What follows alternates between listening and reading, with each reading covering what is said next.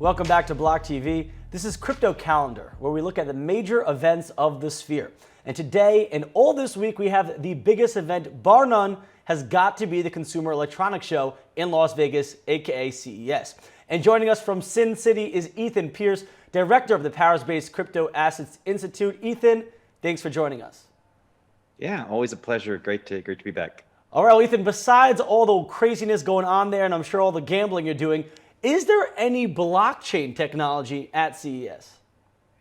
So there was this digital money forum today, which is kind of it was a conference track that they had going through. There's actually several really interesting speakers that were at it and some good stuff. They talked about Libra, the effect that that's had, kind of the move towards digital first banking, digital assets, and general regulatory issues, especially kind of the slowness and lack of clarity and for different things. Digital ID, but a lot of the cool stuff, I think, just blockchain and energy, agriculture, supply chain. So I think there was nothing really earth shattering or new in a lot of that content. It's the good story of what's been going on the past year in these subjects. But in terms of actual blockchain and crypto, there were some crypto startups exhibiting in the digital money space, but it was a bit small this year. I think it's mostly because even though it's become an innovation conference, on the hardware side, there's only so much, in the crypto space to do. If people think that that's really what's here, if it's just hardware, we're seeing a lot more soft and different things come to CES. But on the blockchain side, what's really interesting is the main themes of this year. A lot of it's around privacy and cybersecurity, digital health, the smart home, and so inside an awful lot of these topics, we're going to find that somewhere in the technology stack, they might actually be using a ledger in order to make a lot of that happen. So blockchain is not a big theme of this CES, but I feel like it's kind of a subject just kind of laying under an awful lot of the main themes that are here. So there's plenty going on in this space in terms of discussion. Mm-hmm. Well, speaking about discussion, especially with blockchain, I believe it was Vice Chairman of the Libra Association, Dante Disparte, he had interesting comments on Bitcoin, saying that it was not a payment tool. Any thoughts on that? Well, I mean, everybody likes to. I think every single one of these platforms that's trying to create the payment tool wants to say that everybody else isn't a payment tool. And we've heard the arguments kind of back and forth on this. I think whenever it's somebody who's independent of a specific platform with kind of a ventured interest in defending that one and telling, saying all the others aren't, then I think it's interesting. But whenever it's just more discussion around, ours is going to do that, but yours doesn't. I kind of don't really care much about most of those conversations. I think it's kind of obvious that Bitcoin is, I don't believe anybody's ever going to walk into Starbucks and want to pay 0.0001 Bitcoin for their latte. But I do believe that they're going to tap their phone and they're going to pay like they're paying with anything else. And that the thing that transfers value between all of those entities is very likely going to be some kind of a digital currency, and I don't see why in many of those instances that infrastructure could potentially be Bitcoin. Everybody has their opinions on what technology works and what technology has limitations and what won't scale and blah blah blah. I think it's funny to, we have Bitcoin and Bitcoin works. So I think it's curious to have Libra saying, well, your thing that actually is out there doesn't work, but our thing that isn't out there does. I think I'm bullish on the effect that Libra has had on all of these discussions, especially regulatory issues. I think Libra could be very interesting. I think we're going to see lots of digital currencies, whether they are public through CBDs, whether they are private through corporate consortiums or other things, and whether they are decentralized like Bitcoin. So I think picking sides is a little silly at this point. Mm-hmm. Well, it's obvious that the vice president or the vice chairman of Libra might be a little biased on his opinions towards Bitcoin being a payment option. Now, switching over, you mentioned CBDCs. There's been a rise in country delegations at CES. Can you tell me a little bit about that? Yeah, so well, there's really no secret that if you've done CES and Eureka Park, which is the startup space, that France kind of rocks a lot of that. The last year, about 1,100 startups exhibited in Eureka Park, and almost a third of them were French. And this year, I'd say about a fourth of what's exhibiting is French. Doesn't really matter, but that's been a continuing thing, that the French tech has been very strong. Part of that's linked to just the math education that is one of the best in France. Best in the world is in France, and math begets algorithms on one side, or engineers on the other side. So that brings lots of AI, lots of synthetic biology or industrial IoT, brings in all the hardware manufacturing kind of things. So that just makes sense that a lot of the people who get educated in France around math end up creating companies that happen to bring that in. So that really fits CES. But what's interesting this year is everybody else has really jumped in. The Netherlands, which had a great delegation last year, is upped it quite a bit this year. There's around 50, 60 startups there at the Netherlands delegation, and you've also got delegations from the UK, Italy, Switzerland, Israel, Korea, Japan.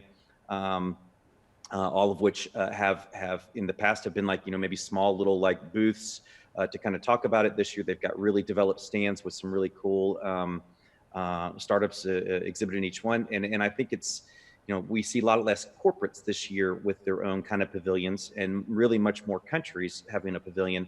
I wonder if that's kind of maybe some corporate innovation fatigue that's kind of setting in for some of those brands. But what's really interesting is that, as we've seen in crypto this year, with everybody starting to get on the CBDC bandwagon, it kind of appears the sovereigns are getting much more competitive as destinations for economic development through technology innovation. We're seeing it very strong here in the startup space. Mm-hmm. Now, I don't know if you meant it, Ethan, but you pulled off one of the best puns I've heard all week, where you were speaking about France and you said math begets innovation. Now switching over to focusing on CES, all the latest technology, it's very popping, it's very big. It's kind of what the future, you kind of see what the future will hold for a lot of these tech companies. Now, blockchain might not be the big buzzword or keyword there, but a lot of the future technology could really be aided and powered by blockchain. What were you seeing there that was said, hey, you know what, this would be a good implementation for blockchain? Well, so anything where we start talking about protecting data, I think is these platforms that are storing lots of data, and anything around the cybersecurity space. Then I think we start getting into spaces where some of that might benefit from being on a ledger to protect it. The privacy discussion has been really big. Lots of embedded AI for like voice recognition. Privacy by design being built into things so that information never leaves the device in order to go to the cloud to get analyzed and treated. That kind of stuff. Some of it lends towards ledger. Digital health, there's some stuff in there as well. But I think what we see at something like CES is this triangle of kind of IoT, AI, and blockchain. And the idea that as IoT devices get deployed more and more, we continue to have these large networks of devices that are open to being hacked. So we need to protect that data in the sense of once the sensor has grabbed that data, then as soon as possible we need to be able to get that into some way that is immutable or not hackable. So I think ledgers potentially can solve part of that problem once scalability is addressed. And then you have AI that's coming in to analyze all that massive data and figure out the hidden gems that are kind of in there that we can work with. And then I think potentially come back to blockchain and crypto on the potentially through tokenization and or smart contracts to then interact with what the AI is throwing out so that things can be automated and scale. So I really love this IoT triangle with IoT, AI, and blockchain. I think that the true scale of IoT is really linked to those other two technologies being able to feed into that. I think that's important. There is lots of cool privacy stuff going on. Google Assistant's now being updated so that you can actually tell it to forget stuff. If you say something and you didn't, and Google chimes in, you can say, Google, that wasn't for you, and it'll delete it. You can also say, hey, Google, delete everything I said to you this week, and it will do it. We also have we've got the CCPA coming into place into California, which is basically GDPR through California. I think a lot of that's going to have a big impact on how these things are collecting data and your access to that data, how they can commercialize that data, and then your right to be forgotten and have that data deleted. That's all pretty cool stuff. So I think none of it is going to be hashtag blockchain in most of these things, but I think part of the technology stack for a lot of this stuff to scale is going to be based on ledgers. Of course. I mean, and also, especially when it comes to Internet of Things, blockchains have notoriously been, kind of limited by scalability issues. And there are certain, companies that are trying to take similar technologies, but moving slightly away from the blockchain more to tangles like IOTA, where they claim that that would be more conducive for the scalability issues of Internet of Things. But we are talking about CES. It's all about the gadgets, baby. What was the coolest gadgets you saw at CES? I mean, they always bring the mind-blowing, futuristic stuff. What was your favorite? Yeah, they. So the one that people are talking about a lot is Samsung's Zero TV, which is a regular, large TV in landscape mode. But if you click a button on the remote, it pivots into vertical. And then it can mirror everything that's on your telephone. So basically, instead of looking at your telephone and your smaller screen, if you're sitting on your sofa, you can just push that up to the larger screen. So if you're not really watching a video, you're actually interacting with your apps or whatever, then you're used to having them in vertical. So your TV becomes this really large format version of your telephone. So that's getting a lot of discussion and talk here that's kind of cool. There's a lot of this stuff is you see the same innovations happening at the same time. People commercializing them. This year, there's a ton of connected door locks, tons of new headphones. So if you've got an idea in the shower tomorrow about a door lock or headphones, I'd kind of urge you to maybe not do that because there's a lot of it this year. One of the cool things that I've seen that several companies have been commercializing and showing off this year are the new home lockers that you can put in front of your house so that people can't steal your Amazon packages. I don't know if that's a problem for people everywhere, but it's a big problem in the US. They call them porch pirates. And that is so there's all these basically these lockers that your UPS or Amazon or FedEx person can open up because you can open them remotely or give them a code, put your package in, it's locked up, nobody can come along and steal it. That's kind of cool. I think the funniest story this year is somebody actually punked, I think, CES a little bit by they proposed a connected potato. And they got accepted into Eureka Park, which is the startup space. The potato is self-powered and has sensors and all kinds of cool things. So I think it actually works technically, but it doesn't really have a purpose. But they managed to get listed and get a stand. So you might see the connected potato roaming around out there somewhere. Yeah, some really cool stuff. There's tons of gadgets that you get that show up at CES. It's very gadgety. This year, one of them is this little guy called an ultralight by a company called Moon, which is just this very little tiny thing that you can clip onto your smartphone, onto your computer, on whatever. And it has it lasts for a couple of days, but it'll run for a couple hours straight. Has a really strong light, and it allows you can change the amount of the light in terms of intensity, but you can also change the tone for the color, kind of the heat temperature and the warmth.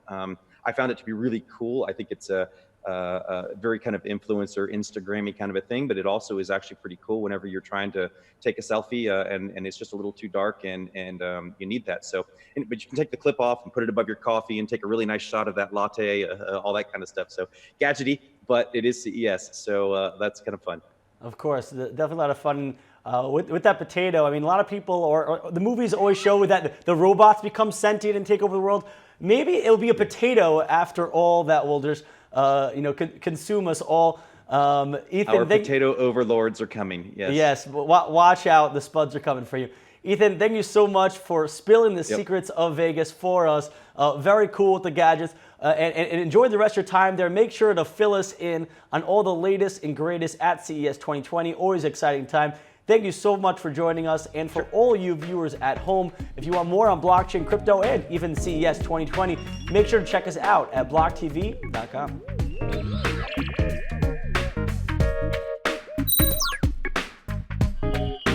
For more news and updates, follow us on Twitter.